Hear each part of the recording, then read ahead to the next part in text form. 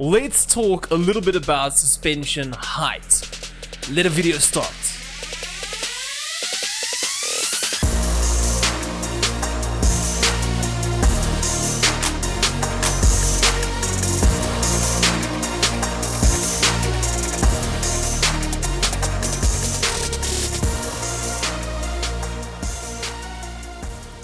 Who wants a jacked up car? I mean, like, imagine a Mitsubishi Evo looking like a 4x4. That just does not flow. So why not just go drop all the car to its minimum? We don't care about the bottom of the car, just scrape the whole thing away, it's fine. Even if the exhaust has a hole in it, I mean, it sounds better, right? So also, I mean, it helps with aerodynamics, so doesn't it make more sense to just drop the car? Well, in today's video, I'm gonna prove you guys a little bit wrong. Not to say that dropping the car is not right, but to an extent, it is right. So what we're gonna do in today's video is we're gonna divide it in 3 sections. We're gonna divide it in front wheel drive, rear wheel drive, and all wheel drive.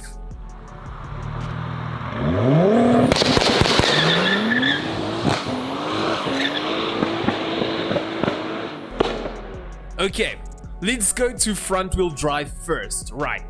If you have ever been at drag races or you're following some drag racing events going on, if it's on YouTube or on TV or whatever the case is, with front wheel drive you'll actually notice something very weird.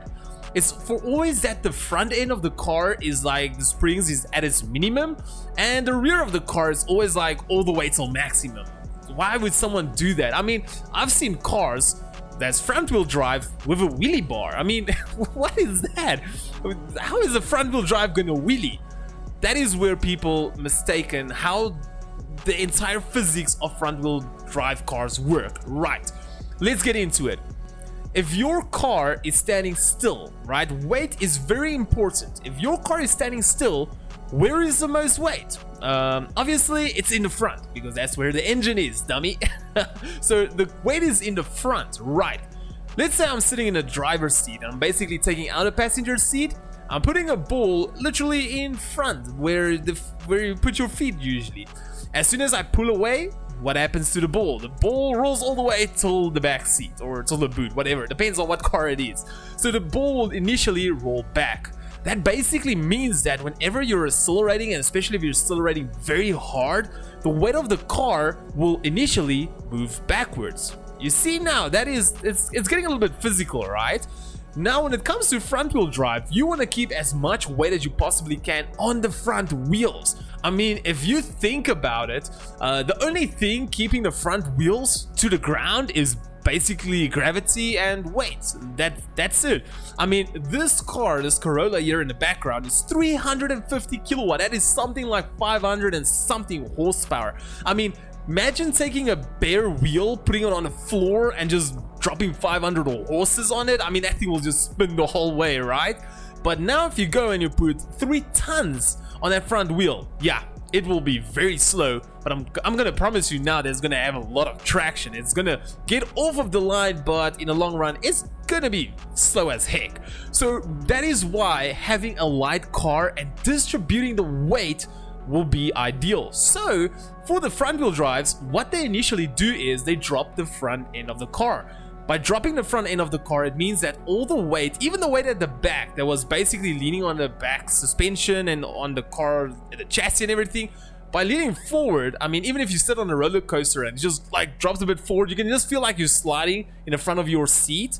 Thank goodness those braces are holding you. So you're sliding forward and you can feel that, okay, my weight has moved forward now, right? So by dropping the front suspension, it means that with the same weight, we can have more weight on the front wheels, which means basically that we're gonna have better traction. Okay, but now what the people do is they actually take the rear suspension and lift it up even more, bringing that weight from the rear, even more weight towards the front. And that also includes the weight in the front. The center weight of the car actually moves a little bit forward. Right, so there is much more to it, okay, because that is the springs. Now it becomes a bit more technical when you're talking about the shocks, the stiffness of the shocks, which we will do in the next video. But for now, we're going to talk about the ride height. Okay, so now you can imagine your front is basically lower and the rear goes up even more. That means all your weight is in the front. Now that is going to give you better traction, because if you do pull away, it doesn't mean that if you do pull away, your weight won't go so far backwards, because the car is on that angle to keep the weight in the front. So why is there wheelie bars on front wheel drive cars? Basically, that is just to keep the rear end up.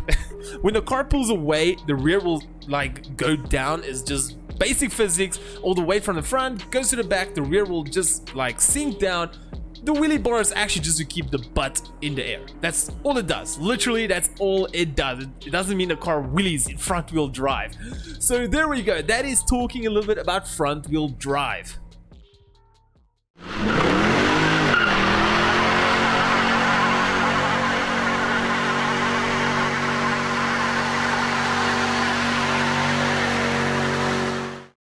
Let's talk a little bit about rear wheel drive now.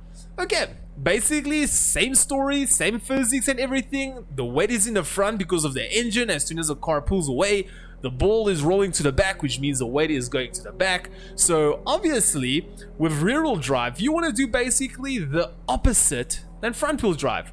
I'm not saying putting your front end of your car's nose all the way up. I'm not saying that, but initially it does help, right? So there's one thing you need to know, that if you drop the rear end of the car, obviously the weight from the front and in the chassis and everything, like we mentioned before, will come more to the back. By lifting up the front even more, what means the center weight of the car will move even further back. But here is where people can make a big mistake. If you lift your front up too high, basically what will happen is when you pull away, the weight of the car will actually like overshoot your rear wheels. It will go over your rear wheels because your car will basically lift so much up, so drastically up, that your car will just basically have no weight on the rear wheels. That's like basically it's gonna try to pop a wheelie, right? So that you should not try to lift your front up too much. Once again, it's trial and error. You're not just gonna go lift up your front suspension, drop your back suspension and go now, oh, my car is perfect. No, you're gonna keep on testing it over and over and over until you get that perfect tune. So basically with rear wheel drive, you gotta drop the rear end a little bit and lift the front up a little bit. Okay, now with the rear wheel drive out of the way, we're gonna talk about all wheel drive.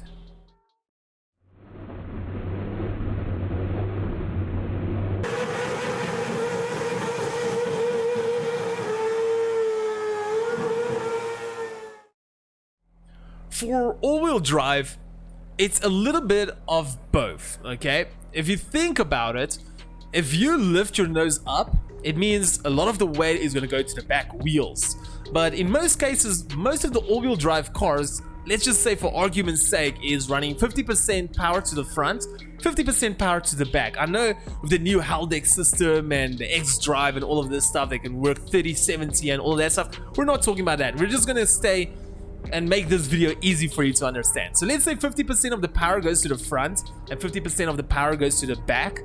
If you lift the front of the car up, the spring length, if let's say make it higher in the front, that means you're actually going to take weight off of the front wheels, put more weight on the rear wheels, which means you'll have better traction on the rear wheels, but have less traction on the front wheels. So that is basically you're destroying your front wheel drives, your front power of the car. Front wheel drive, front power.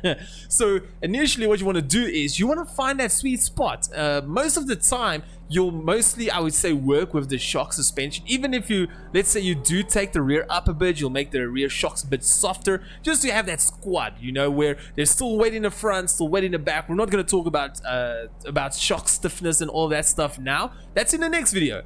So anyway, what you want to do with all-wheel drive cars is you just want to make sure that you don't lift the nose up too much or you don't lift the rear up too much. Initially, you're just gonna trial and error. Like I say, you're gonna what I recommend doing is when it comes to Need for Speed, you're just basically gonna go and, let's say, adjust it to, you're gonna go and test, come back, adjust to, test, and see, oh, okay, this is working. We're gonna leave it there. My times are improving on the drag races, so we're gonna go to the next one. Okay, better. This is what the car likes. So initially, that is how it is. Everything goes about understanding how the weight works in the car and then managing that weight. And boom, just like that, it's the next day. We have a player 3 in the house. Oh, and the cat is in the room. Anyway, now the cat wants to go out. Oh my gosh. Okay, I'm back. And for me to get a cat out of the room, I forgot my headsets were plugged in and it dropped on the floor. Anyway, alright, so what we're gonna do now quickly is we're gonna review the cars I've already tuned. So basically, I've got a other gaming channel, my main gaming channel. I've already made basically tunes for all the cars in Underground 2, which I felt was the best for drag racing, right? So we're just gonna go overlook those cars and we're gonna see what I've basically done to them. So here, for example, is the Audi TT. I'm just choosing randomly now. It doesn't matter. There's no order, whatever the case is. We're specifically gonna look at the drive height. Please do note that the adjustments won't be out by so much like I demonstrated to you guys in the images. Those were just for understanding purposes, because obviously here we have more playing roles in it, such as your shock stiffness and all of that. You can have your car the same height, but basically making your rear suspension softer will give you a car that's squat, which means that your front is basically adjusted high on the springs and your rear is adjusted low on the springs. So, but this is going to give us a good understanding. And also, we will see by the dyno if the car is front wheel, rear wheel, or all-wheel drive. As in the TT, you can see all the wheels are moving, which means it is all-wheel drive. So basically, whoa, 412 kilowatt, damn. Alright, so we're gonna go to tune, we're gonna go look at our suspension. So as you guys can see, like I demonstrated for you, basically quattro, all-wheel drive, whatever you want to call it, is flat, right? So you can see with the shocks and all that kind of things and the springs, they're basically soft. So what happens is, remember, most of the weight is in front of the car where the engine is. So whenever your car suspension, like your car pulls away, automatically the weight's going to move to the back, and having the springs a bit softer is going to have like a little bit of a squat, not much, a little bit of a squat, which means the weight will more basically go a little bit more back to the center of the car, keeping like an equal ratio of 50% weight in the front and 50% weight in the rear. Let's go to the next car. Now we're going to take one of my most favorite cars to the dyno, which is the Tiburon.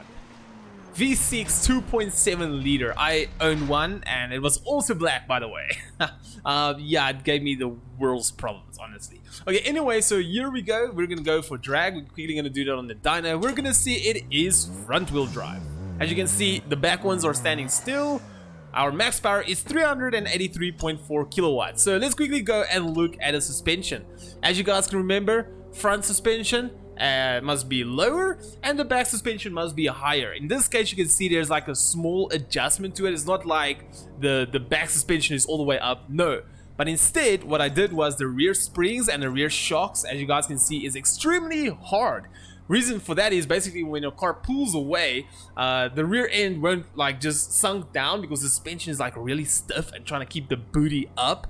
Kind of a yeah, anyway, let's and then me not say what I just thought I was gonna say. So yeah, it's gonna keep the booty up, alright, while the front stays down. Alright, so obviously if you're gonna go and move your the rear springs all the way to high, yeah, you might get a little bit better traction, but at the end of the day, you're also gonna suffer from aerodynamics. So you just gotta find that sweet ratio.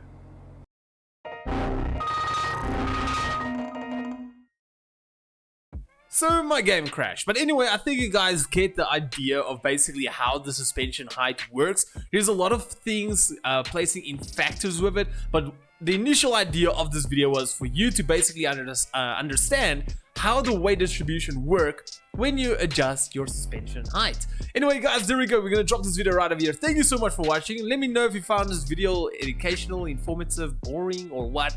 I haven't put so much effort in a video with the editing and all of that in such a long time.